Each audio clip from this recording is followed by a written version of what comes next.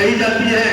इसी बनारस से, आपके बिहार से, यहाँ से आपके श्रेष्ठ दीक्षित सांसद हुए, यही पूर्वांचल से, यही बिहार से, चंबल से, यही सर आपके 3 बार संजय प्रसाद जायसवाल सांसद हुए, इसी बिहार चंबल से आपके डॉक्टर मुरली मनोहर जोशी सांसद हुए, इसी बिहार चंबल से चंदौली के रहने वाले राजनाथ सिंह मंत्री बने, इसी बिहार चंबल से आपके बनारस से लगातार 5 की 5, 6 विधायक चुनने देंगे।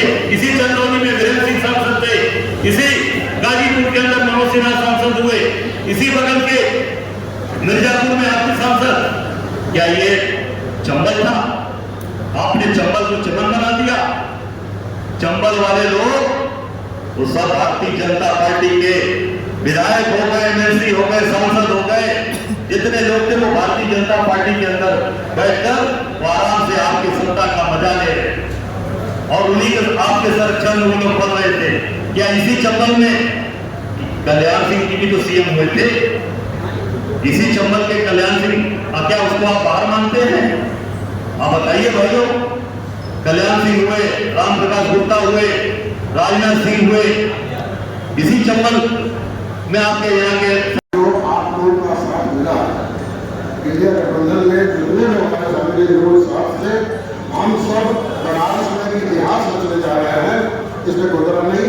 और जो यहाँ की जो परंपरा रही है उसको कायम रखते हुए हम सब इतिहास समाजवादी पार्टी गठबंधन में है। ये चुनाव हमारा नए संसद और मोदी जी इस बार हारने जा रहे हैं और दिल्ली की कुर्सी बहुत दूर से। मैं बहुत बधाई देता हूँ। उपस्थित हमारे सभी कार्यकर्ता साथी, पत्रकार भाइयों बहनों, छायाकार भाइयों और बहनों साथियों, आज प्रत्याशी के रूप में मैं पहली बार आप सबसे रूबरू हो रहा हूँ। इसके पहले तो एक भाई परिवार हमेशा आपके बीच का ही हूँ, आपका भाई हूँ, और जो इंडिया गठबंधन के प्रत्याशी के तौर पे मैं आप सबसे पहली बार रूबरू हो रहा हूँ। निश्चित तौर से अभी हम लोगों ने अपने 5 जो हमारी योजनाएं हैं, नई योजना, इसका भी हमने जारी किया, पूरा का पूरा ये पत्र जारी किया है। और ये काशी के लोगों से जो अपील की है हम लोगों ने, वो आपके सामने हमने जारी किया है। अभी आप देख रहे हैं कि अभी चुनाव लगभग 35-36 दिन का है। 1 जून को वोटिंग होनी है यहाँ, आज शायद 25 तारीख है और 5 दिन इधर और एक 31 का महीना है, 36 दिन है करीब करीब पूरा। तो 36 दिन पहले आप देखिए कि आज भारतीय जनता पार्टी की बेचैनी आप देखिए कि अभी गृह मंत्री और इनके पूरे भाजपा का पूरा अमला, मैं सुनील बंसल से लेके डिप्टी सीएम से लेके और मंत्री से लेके सारे लोग बनारस के अंदर कैंप कर गए और आके कार्यालय का उद्घाटन करके बड़ी बड़ी झूठी बात बोल कर गए। सबसे बड़ा प्रश्न इसमें यह उठता है कि आपके जब यहाँ पर प्रधानमंत्री जी ने, यहाँ के सांसद ने इतना काम किया है, इतना काम किया है, इतने लोगों को रोजगार दिया है, तो इतने परेशान क्यों हो भाई? तब तक केवल नामांकन करो और चले जाओ, तो काशी के लोग फिर चुनाव जिताकर आपको भेज देंगे, सर्टिफिकेट चला जाएगा। आज इतनी परेशानी क्यों है? इतना माथे पर बल क्यों है? क्या परेशान हो? क्योंकि कार्यकर्ताओं को फोन कर रहे हो, आपका कार्यकर्ता फोन नहीं उठा रहा। भाजपा के लोग, अब जो बेचारे पुराने भाजपा के लोग हैं जिन्होंने जीवन खपा दिया, वो आज दुखी हैं, उनको कोई नहीं पूछ रहा। कल के आए लोग जिनको कोई जानता नहीं था, वो बड़े बड़े पदों पर बैठ गए। पुराने लोग जीवन बिता दिया भारतीय जनता पार्टी ने, वो बेचारे आज भी दरी चांदनी और कुर्सी बिछाने तक ही सीमित रह गए। ये किस तरीके की भाजपा चल रही है? ये पूरी तरीके से कॉर्पोरेट कल्चर वाली भाजपा आ गई। वो जो जन्म स्थान है यही मिर्जापुर में लेक्चरर प्रोफेसर थे, क्या वो भी चंबल के रहने वाले आज रक्षा मंत्री हैं? इसका भी जवाब देइए। और तो और बनारस के अंदर जिस तरीके से आपने बनारस के लोगों को ठगा, आप उठाकर देख सकते हैं।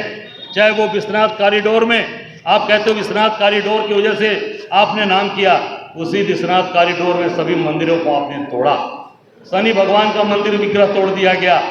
लक्ष्मी नारायण जी का जो मंदिर था, जो मूर्ति थी, जो एक ऐसे पत्थर से बनी थी जिसपे सोना घिसकर उसकी असली और नकली को देखा जाता है, कसौटी पत्थर से लक्ष्मी नारायण जी का मंदिर था, उसे तोड़ा आपने।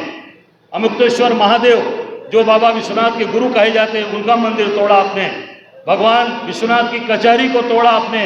मां पार्वती की मूर्ति को तोड़ा आपने। मां अन्नपूर्णा की मूर्ति को तोड़ा आपने।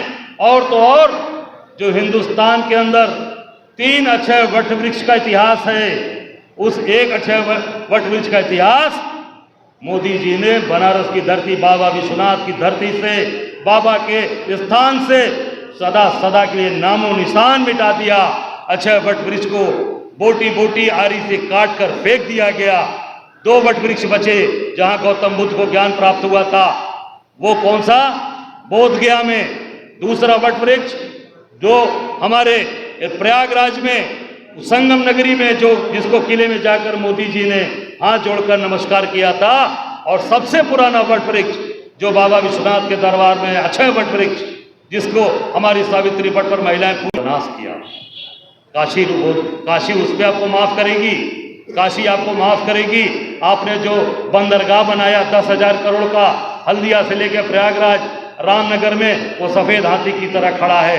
सारी मशीनों में जंग लग गई, एक भी जहाज, एक भी कंसाइनमेंट वहां से, एक भी व्यापारी समाज का सामान नहीं आया। उसका क्या होगा? उसका जवाब, वो 10,000 करोड़ रुपया कहां से आएगा जनता का, जो पैसा डूब गया। आपको जनता इसलिए पूछेगी कि आपने गंगा जी में नहर बनवाया था, वो नहर जब गंगा जी में बाढ़ आई तो वो नहर बह गई। आपको जनता इसलिए बनारस की पूछेगी कि आपने जो टेंट सिटी लगाया था, उसका मलमूत्र गंगा जी के अंदर बहा और उस पर एनजीटी ने उस पर जुर्माना लगाया, क्या उसके लिए जनता आपको पूछेगी? आपने टीएफसी सेंटर बनाया लालपुर में, काफी लंबा चौड़ा, चिल्लाहट करके, उसमें कबूतर रह रहे हैं, कोई व्यापार नहीं हुआ, जनता उस पर पूछेगी। रुद्राक्ष सेंटर आपने बनाया, बंद पड़ा है, कोई उसकी बुकिंग लेने वाला नहीं है, क्योंकि इतना महंगा है कि बनारस के लोगों की पुरुषार्थ नहीं है कि रुद्राक्ष सेंटर को बुक करा के अपने परिवार, अपने बच्चों की शादी करा पाए। पहले वही रुद्राक्ष सेंटर की जगह पर प्रेक्षागृह हुआ करता था। सैकड़ों शादियों में मैं गया हूँ।